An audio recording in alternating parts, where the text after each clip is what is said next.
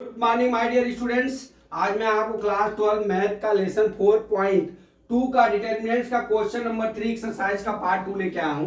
क्या दिया है? फाइंड वैल्यूज ऑफ के इस area of the triangle is 4 SQ unit and the vertices are given. ठीक है, कितना दिया है? -2 0 0 4 0 के दिया। ठीक है, तो हमने आपको इस तरह से ट्रायंगल का जो है एरिया ऑफ द ट्रायंगल निकालने के लिए डिटरमिनेंट से हमने आपको एक सूत्र बताया था, x1 y1 x2 y2 यहाँ पे x3 y3 यहाँ पे 1 1 1। ठीक है, इस तरह से बताया था। अब इसका हमको क्या करना है दोस्त?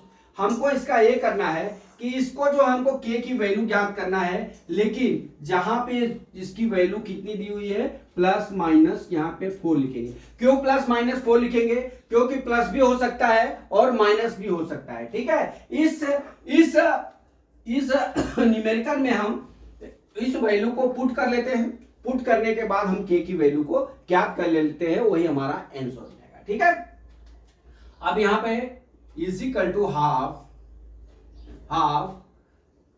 -2 0 0 4 0 क्या हो गया? यहाँ पे कितना हो गया? 1 1 1 is equal two plus minus 4 हो गया क्लियर। अब यहाँ पे क्या करेंगे? इज इक्वल टू हाफ, हम इसका डिटरमिनेंट निकाल लेते हैं। -2 यहाँ पे कितना हो जाएगा? 4 k 1 1 minus 0 is equal to कितना होगा? 0 0 1 1 1। ठीक है, फिर क्या हो जाएगा? +1 कितना हो जाएगा? यहाँ पे 0 0 4 k। ठीक है, इस तरह से हमने निकाल लिया। ठीक है, यहाँ मार इज इक्वल टू क्या हो गया? हाफ। यहाँ पे देखिए मार, यहाँ पे क्या करेंगे?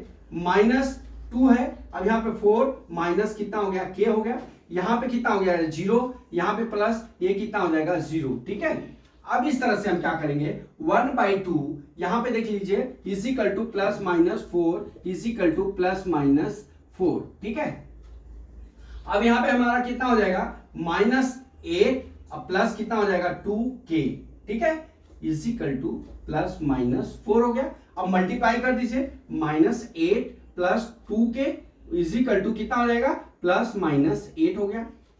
प्लस माइनस 8 हो गया। अब यहाँ पे अब यहां से दो पोजीशन निकलेंगे। एक तो 8 की वैल्यू को हम प्लस लिखेंगे और दूसरा जो है 8 की वैल्यू को माइनस करेंगे। अभी देखिए यहाँ पे मैं दो पार्ट गिराता हूं। पहला पार्ट में क्या हो जाएगा हमारा? -8 plus 2k is equal to हम क्या ले लेते हैं? सबसे पहले हम ले लेते हैं प्लस 8 लेंगे। अब क्या हो जाएगा? -8 ले लीजिए। ठीक है, -8 ले लीजिए, पहले -8 ले लिया तो ये कितना हो जाएगा? 2k is equal to -8 plus 8 is equal to 0 हो जाएगा। k इज इक्वल टू कितना हो गया हमारा? 0 हो गया। अब सेकेंड पार्ट लेते हैं। सेकेंड पार्ट में क्या हो जाएगा? हम यहाँ पे -8 plus 2k is equal to हम क्या ले लेते हैं? +8 ले लेते हैं। तो अब हमारा कितना हो जाएगा? 2k is equal to 16, k is equal to 16 divide by 2 is equal to कितना हो गया हमारा? 8 हो गया। तो k की वैल्यू कितनी हो गई हमारी? 8। तो हमारा क्या k की वैल्यू कितनी आ गई? k की वैल्यू हमारी कितनी आ गई? 0 और 8। इस तरह से हमारी k की वैल्यू क्या किया। देखिए माय डियर स्टूडेंट्स, आपको मैं ये बता देता हूं, जब ये 4 SQ दिया हो इस तरह के सवालों में तो हमको यहाँ पे वैल्यू प्लस और माइनस दोनों लिखना पड़ेगा। लिख के जो है हमको दो टॉपिक यहाँ जब हमको समीकरण मिल जाएगा तो हम एक बार प्लस ले लेंगे और एक बार माइनस ले लेंगे और k की दो वैल्यू हम यहाँ पे पुट कर लेंगे। यही अपना क्या हो जाएगा? हमारा आंसर हो जाएगा। तो माय डियर स्टूडेंट्स, मैं समझता हूँ कि सवाल आपको समझ में आ गया होगा। अगला सवाल कल मैं फिर लेके आता हूँ। जय मां सरस्वती, जय भारत माता, जय जवान, जय किसान।